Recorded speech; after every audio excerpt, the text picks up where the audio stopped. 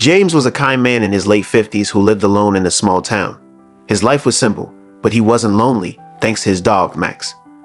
Max wasn't just a pet, he was James's closest friend and his only family. Every day, James and Max would leave their cozy home for a walk around town.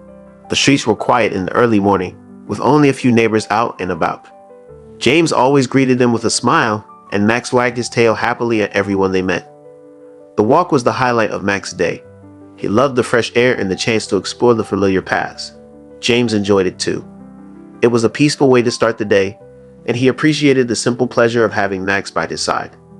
After their walk, they returned home for breakfast. James would make himself a cup of coffee and some toast, while Max had his bowl of food.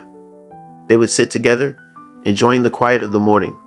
Sometimes they would spend time in the garden. James liked to tend to his flowers, and Max would follow him around, curious about everything. The rest of their day was filled with small, comforting routines. James would often read in his favorite chair, with Max curled up at his feet. They didn't need to do much to enjoy each other's company, just being together was enough. In the evenings, they'd take one last walk around the neighborhood, enjoying the cool air as the sun set.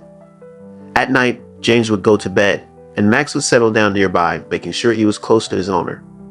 It was a quiet, contented life, and they were both happy with it. One day, James and Max set out on their usual morning walk. They had taken this route countless times before, passing the same familiar sights. As they entered the park, James noticed a slight tightness in his chest. He paused for a moment, placing a hand over his heart, hoping the sensation would pass. Max, ever observant, stopped and looked up at James with concern, sensing that something wasn't right. But James smiled down at Max, giving him a reassuring pat on the head. "I'm fine, Boyd," he said, trying to convince both himself and Max. They continued walking, but the discomfort in James's chest didn't go away. In fact, it grew worse with each step. Suddenly, without warning, James's legs gave out beneath him. He collapsed to the ground, clutching his chest in pain. Max, startled, rushed to his side, nudging him with his nose and barking. The park, usually so peaceful, was now filled with the sound of Max's desperate cries. He knew something was terribly wrong, and his barks echoed through the park, a plea for help that couldn't be ignored. A few people who were nearby quickly noticed the commotion. They rushed over to find James lying on the ground, his face pale and contorted in pain, while Max continued to bark, refusing to leave his side. One of the bystanders, realizing the seriousness of the situation, immediately pulled out their phone and called for an ambulance. Max didn't understand what was happening, but he knew that James needed help. His barking didn't stop until he heard the distant wail of sirens approaching. Even then, he stayed close to James, his body pressed against him as if trying to offer comfort. When the ambulance arrived, the paramedics quickly assessed the situation and lifted James onto a stretcher. Max tried to follow, but one of the paramedics gently held him back, explaining that he couldn't come with them. Max watched helplessly as the ambulance doors closed, with James inside. He could hear the sirens blaring as the vehicle sped away, taking his beloved owner out of sight. Max's heart raced, filled with fear and confusion. He had never been separated from James like this before, and the thought of not being there for him was unbearable. Driven by instinct and loyalty, Max took off after the ambulance. He ran as fast as his legs could carry him, his paws pounding the pavement as he followed the sound of the sirens. But the ambulance was too fast, and despite his best efforts, Max couldn't keep up. Eventually, he had to stop, panting heavily, his heart aching with the knowledge that he couldn't be with James. But Max didn't give up. He turned around and headed in the direction of the hospital, following the route they had taken on their walks. It was a long journey for a dog, but Max was determined. He had to be there for James, no matter what. When Max finally reached the hospital, he was exhausted, but he didn't care. He had made it, and now he was as close to James as he could get. He approached the entrance, hoping to find James inside, but the automatic doors didn't open for him. Max scratched at the doors, barked, and paced back and forth, trying to get someone's attention. The hospital staff noticed him and tried to shoo him away, but Max refused to leave. He planted himself firmly outside the entrance, his eyes fixed on the doors, waiting for any sign of James. Inside, James was in critical condition. The doctors worked quickly, running tests and administering treatment, but his condition was serious. They admitted him to the intensive care unit, where he was hooked up to machines that monitored his heart and breathing. James was unconscious, unaware of the world around him, unaware that Max was waiting anxiously just outside the building. Hours passed and night fell. The hospital's lights cast a faint glow on the sidewalk where Max lay, his body curled up in a tight ball. He was tired and hungry, but he didn't move. His loyalty to James was stronger than his own needs, and he wasn't going to leave until he knew James was safe. The hospital staff, seeing that Max wouldn't leave, eventually brought him a bowl of water and some food, placing it near the entrance. But Max barely touched it. His eyes were fixed on the door, his ears perked up at every sound, hoping that the next person to walk out would be James. But the hours dragged on and there was no sign of his beloved owner. Max's vigil didn't go unnoticed. People passing by the hospital saw the loyal dog waiting outside, and word spread quickly through the town. Some of the hospital staff, moved by Max's devotion, began to check on him regularly, bringing him food and blankets to keep him warm. But no matter how much they tried to comfort him, Max's focus never wavered. He remained at the door, waiting for the one person who meant everything to him. Max didn't know how much time had passed, but he knew that he couldn't leave. James was inside, and as long as there was a chance that he might come back out, Max would be there waiting, just as he had always been. Inside the hospital room, James lay unconscious, his body weakened by the strain of his sudden collapse. The doctors had worked tirelessly to stabilize him, but their faces were grim as they discussed his condition. It wasn't just the heart attack that had brought James to this critical state. Tests had revealed a deeper, more insidious problem. James was diagnosed with a severe heart condition that required immediate surgery. But the tests also uncovered something even more devastating. A terminal illness, likely in its advanced stages, that James had been completely unaware of. The doctors explained that even with successful surgery, his time would be limited. The news was a heavy blow, one that hung in the air like a dark cloud. When James briefly regained consciousness, he was weak and disoriented, but he understood enough to grasp the seriousness of his situation. He knew that his days were numbered, and he made one final request with the little strength he had left. He didn't want to spend his last days surrounded by machines and monitors. He wanted to go home, to be with Max, to find peace in the familiar comfort of his own bed. His voice was faint, but his words were clear. "Please let me go home. I just want to be with Max." The doctors heard his plea, but as the day wore on, James's condition rapidly deteriorated. His heart struggled to keep going, and soon, the medical team faced a critical decision. They prepared to put James on life support, knowing that without it, he might not survive the night. Yet they also knew of his wish to spend his remaining time in the presence of his beloved dog, in the home they had shared for so many years. Outside the hospital, Max remained a constant presence. He had been waiting for hours, his eyes never leaving the doors through which James had been taken. Despite the staff's attempts to comfort him, Max grew increasingly agitated. He paced back and forth, barking and scratching at the hospital doors as if he could sense the urgency and gravity of what was happening inside. It was as though Max knew that something irreversible was about to take place, something that would change his world forever. Inside, James's distant relatives, family members who lived far away and hadn't seen him in years, arrived at the hospital. They were shocked by the sudden turn of events and deeply saddened by the news of his condition. They were faced with a heartbreaking choice. Should they respect James and wish to pass peacefully at home with Max, or should they allow the doctors to keep him on life support, prolonging his life but against his final request? The decision tore at their hearts. They knew how much Max meant to James, how the dog had been his constant companion after his wife's passing, the one being who had brought him joy in his later years. They couldn't bear the thought of Max being left alone, confused and heartbroken by James' absence. But they also struggled with the idea of letting James go without trying every possible option to save him, even if only for a short while longer. The doctors presented the reality of the situation with compassion.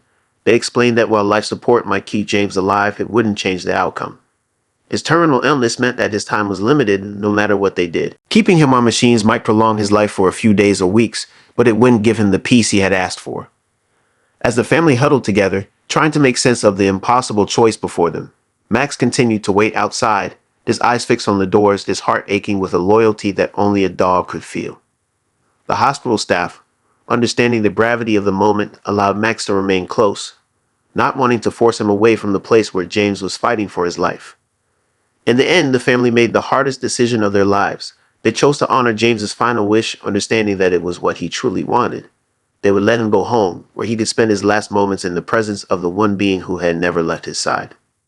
As arrangements were made to transport James back home, Max's agitation seemed to ease slightly, as if he sensed that something was finally being set right.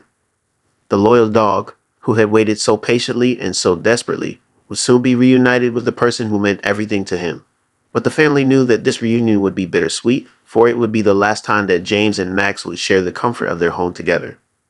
In a moment of desperation, Max managed to slip through the hospital's automatic doors as someone exited. His usual calm demeanor was replaced by a determination that surprised everyone who saw him. He moved with purpose, his nose close to the ground, following the familiar scent of his beloved James through the sterile corridors of the hospital. As Max made his way through the hallways, the hospital staff, who had come to know the loyal dog, tried to gently guide him back outside. But Max was relentless, ignoring their attempts to stop him. It was as if something deep within him was guiding him directly to James, and nothing, not even the humans he trusted, could deter him from his mission. Finally, Max found the room where James lay. The door was slightly ajar, and Max pushed it open with his nose, slipping inside quietly. When he saw James, his heart seemed to break all over again. His friend, his companion, was lying still on the hospital bed, surrounded by machines that beeped and whirred softly.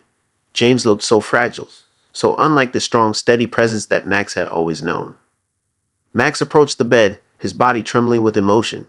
He gently pushed James's hand with his nose, as if trying to wake him, to bring him back to the way things were before. But James didn't stir. The family, who had been sitting quietly, startled at Max's sudden appearance. They hadn't expected him to find his way inside, but somehow, Max had managed to do just that. When a nurse entered the room and saw Max by the bed, she moved to take him away, but Max did something completely out of character, he growled. It wasn't a fierce or threatening growl, but it was enough to make everyone pause. Max, who had always been gentle and loving, was now refusing to be separated from James. His growl was a plea, a desperate attempt to keep the only person who had ever meant everything to him. When the nurse tried to touch James, Max snapped at her, not with the intent to harm, but as a warning. Don't take him away. The family, the doctors, and the nurses were all taken aback by Max's behavior. This wasn't the dog they knew, the calm, friendly companion who had waited so patiently outside. This was a dog who was fighting with everything he had, not with aggression, but with love. It was clear to everyone in the room that Max was not just acting on instinct. He was pleading, with all the emotion that a dog could express, for them to keep James alive. Tears welled up in the eyes of those who witnessed this display. The bond between James and Max was undeniable, and seeing Max so unwilling to let go made them reconsider the decision they had made. It wasn't just about honoring James's wishes anymore. It was about recognizing the depth of the relationship between man and dog, a relationship that transcended the boundaries of life and death. The family, already torn with grief, began to see the situation from a different perspective. They saw how Max's loyalty and love were as strong as any human bond, and they realized that allowing Max to stay with James might be the most compassionate choice they could make. After a few moments of silent reflection, the eldest of the family members stepped forward and spoke. "We can't deny this bond," he said, his voice choking with emotion. "James wouldn't want Max to suffer. Let them be together in peace." The doctors, moved by Max's devotion, agreed. They would take James off life support, as was his wish, but they would allow Max to stay by his side until the very end. It was a decision that honored not only James's final request, but also the love that had defined his life with Max. The room, once filled with the cold beeping of machines, now felt warmer as Max curled up beside James on the bed. He rested his head on James's chest, listening to the faint, slowing heartbeat of his dearest friend. Max's trembling stopped, replaced by a calm acceptance. He knew that this was the last time he would be with James, but in that moment it didn't matter. All that mattered was that they were together, as they had always been. The family and the medical staff quietly left the room, giving James and Max the privacy they deserved. Outside, they stood in silence, reflecting on the powerful love they had just witnessed, a love so strong that it transcended the boundaries of life itself. James's final breath came softly, a gentle exhale that marked the end of a life well lived. Max, lying faithfully beside him, seemed to sense the very moment his beloved owner's heart stopped. Though the room grew still and quiet, Max did not move. He stayed pressed close to James, his head resting on the now still chest of the man who had meant everything to him. The nurses entered the room, their steps careful and their voices hushed. They approached the bed where James lay, and their hearts ached as they saw Max still lying there, unwavering in his loyalty. With tenderness, they tried to coax Max away, gently urging him to leave James' side. But Max wouldn't budge. He looked up at them with sad, knowing eyes, as if to say that he wasn't ready to leave his friend. It was a sight so touching that the nurses couldn't bring themselves to force him away. So they let him be. Max stayed with James for a while longer, offering his silent, loyal presence, knowing that this was their last moment together. James was buried a few days later in the small, peaceful cemetery. It was a serene place, one that James would have loved. The townspeople gathered to pay their respects, each one touched by the deep bond between James and his dog, Max. After the ceremony, as the crowd slowly dispersed, Max remained. He lay down beside James's grave, his body curled protectively around the place where his beloved friend now rested. People watched over Max, ensuring he was cared for. They brought him food and water, understanding that though they could provide for his physical needs, nothing could fill the void left by James' absence. They knew that Max's heart was broken in a way only time, and perhaps only reunion in another life could mend. Days turned into weeks and still, Max kept his vigil at James's grave. The townspeople continued to check on him, but they respected his need to stay close to James, recognizing that this was how Max honored the bond they had shared. For Max, leaving James' side was not an option. His love and loyalty were too great to be severed, even by death. In that quiet cemetery, Max found his place. It was where he belonged, where he would stay, until the day came when he and James could be together again. Thanks for watching. If you enjoyed this story, make sure to subscribe to our channel so you don't miss out on any future videos. We'd love to hear from you. Tell us where you're watching from in the comments below. Your support means the world to us, and we're excited to connect with viewers from all around the globe.